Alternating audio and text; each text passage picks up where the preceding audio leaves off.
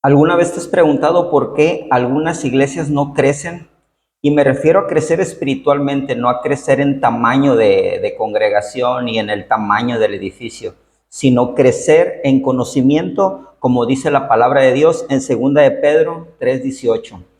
Son varios factores, no podemos culpar una sola cosa o no podemos escoger uno en especial que sea la causa principal de por qué las iglesias no crecen en conocimiento.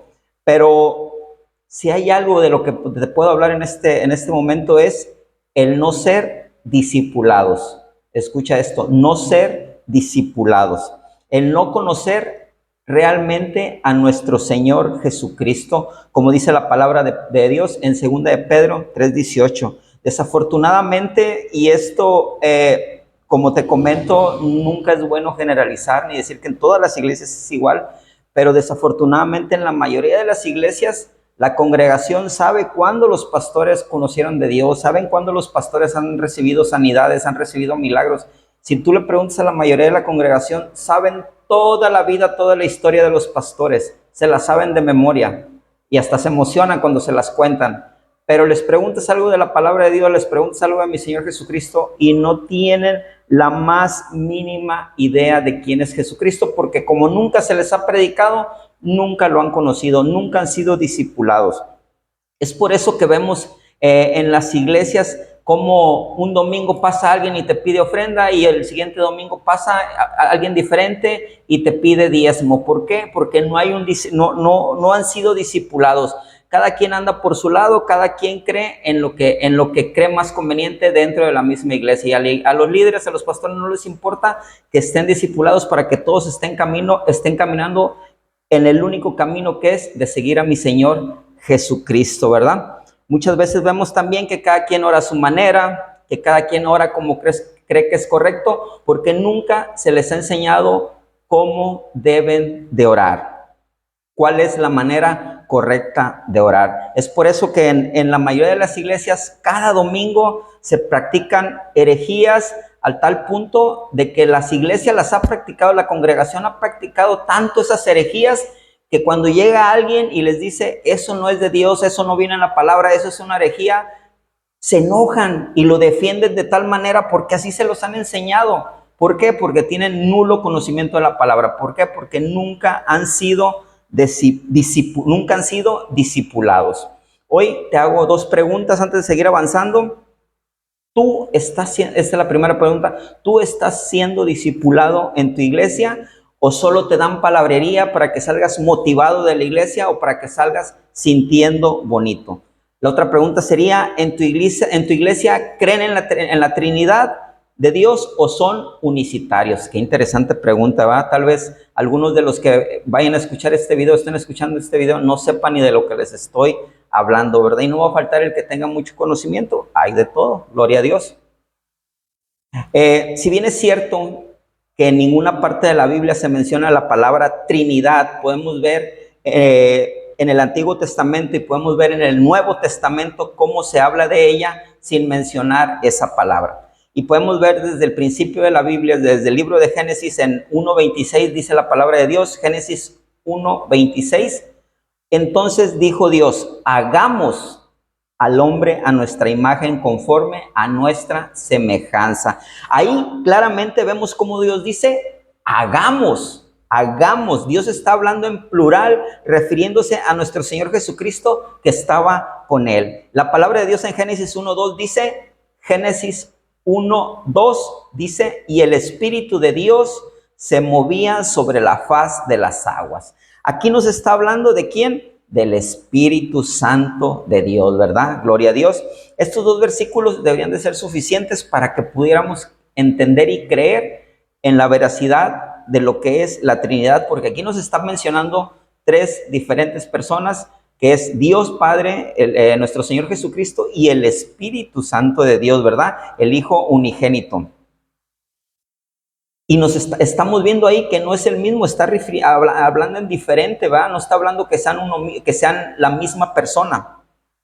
Pero sigamos leyendo la Biblia, ¿verdad? Vamos a ver qué nos dice la palabra de Dios en Isaías 48:16. Isaías 48:16 dice, Acercaos a mí, oíd esto. Desde el principio no hablé en secreto. Desde que eso se hizo, allí estaba yo. Ahí estaba yo, ¿verdad? Dice la palabra de Dios refiriéndose a una persona, ¿verdad? Amén. Ahí estaba yo. Desde el principio, ahí estaba yo, dice la palabra. ¿Quién? Nuestro Señor Jesucristo. Ahí estaba yo. Continuamos. Dice, y ahora me envió ¿quién? Dice, Jehová, el Señor.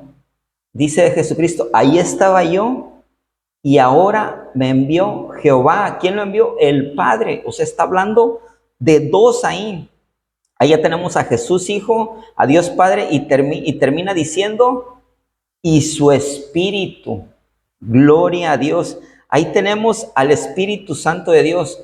Con estos versículos reforzamos claramente la Trinidad de Dios. Pero sigamos leyendo la Biblia y ahora vayamos al Nuevo Testamento para que no digan que solamente en el Antiguo Testamento. Vamos al Nuevo Testamento, donde tenemos que poner mucha atención. Amén. Pero ahí también la Trinidad es revelada en su plenitud. Gloria a Dios. Dice la palabra de Dios en Juan 1:1. Escucha esto. En el principio era el Verbo, y el Verbo era con Dios, y el Verbo era Dios. Gloria a Dios.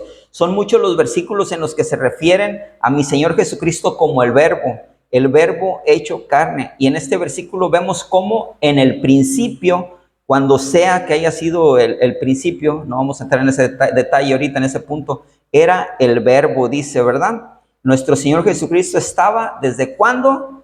Desde el principio. Y dice, y el Verbo era con Dios, y el Verbo era Dios. Jesús estaba con Dios y Jesús es Dios, ¿verdad? Tres personas, una realidad, una sustancia. Dice la palabra de Dios en Jeremías 32:3, que Dios nos ha amado con amor eterno. ¿Y qué tiene que ver este versículo de Jeremías 32:3 que dice que Dios nos ha amado con amor eterno? Bueno, para poder amar tenemos que tener a quien amar. Amén. Y si Dios ama desde el principio, entonces ya tenía a quien amar desde antes de la creación del ser humano, desde antes de la creación del hombre y la mujer. Dios ya tenía a quien amar, y esa es a quien tenía a quien amar desde el principio, es a mi Señor Jesucristo, ¿verdad? Gloria a Dios. Entonces, desde el principio Dios dijo, es por eso, perdón, que desde el principio Dios dijo, hagamos, amén, hagamos desde el principio. Ahora, si tú no crees en la palabra de Dios, si tú dudas del Dios de la Biblia, ojo, yo no te estoy hablando de otro Dios más que el Dios de la Biblia. El Dios de la Biblia de los 66 libros compilados en el Antiguo y Nuevo Testamento, de ese Dios es del que yo te estoy hablando, del Creador del cielo y de la tierra. Yo no te estoy hablando de ningún otro Dios, porque dioses hay muchísimos, hay miles de dioses, pero para nosotros el Dios verdadero es el Dios, para mí el Dios verdadero es el Dios de la Biblia, el de la Biblia de los 66 libros entre Antiguo y Nuevo Testamento. Ese es el Dios que yo te predico, el Creador del cielo y de la tierra, el que dio a su Hijo Jesucristo para que todo aquel que en él crea no se pierda, mas tenga vida eterna, ¿verdad? Si tú dudas de este Dios, del Dios de la Biblia, jamás vas a creer en la Trinidad, jamás vas a creer en todo lo que te acabo de hablar, porque si no crees en el Dios de la Biblia, pues no vas a creer en nada de lo que yo te hable de la Biblia. Entonces, si tú crees en la Biblia, en el Dios de la Biblia, el Creador del cielo y de la tierra, nadie más va a poder venir a engañarte con otra doctrina, con otra enseñanza que no esté alineada a la palabra de Dios. Y bueno, te recuerdo la pregunta con la que inicié al principio. ¿Tú estás siendo discipulado en tu iglesia o solamente vas cada domingo a que te hagan sentir bonito? No lo olvides, Dios te ama.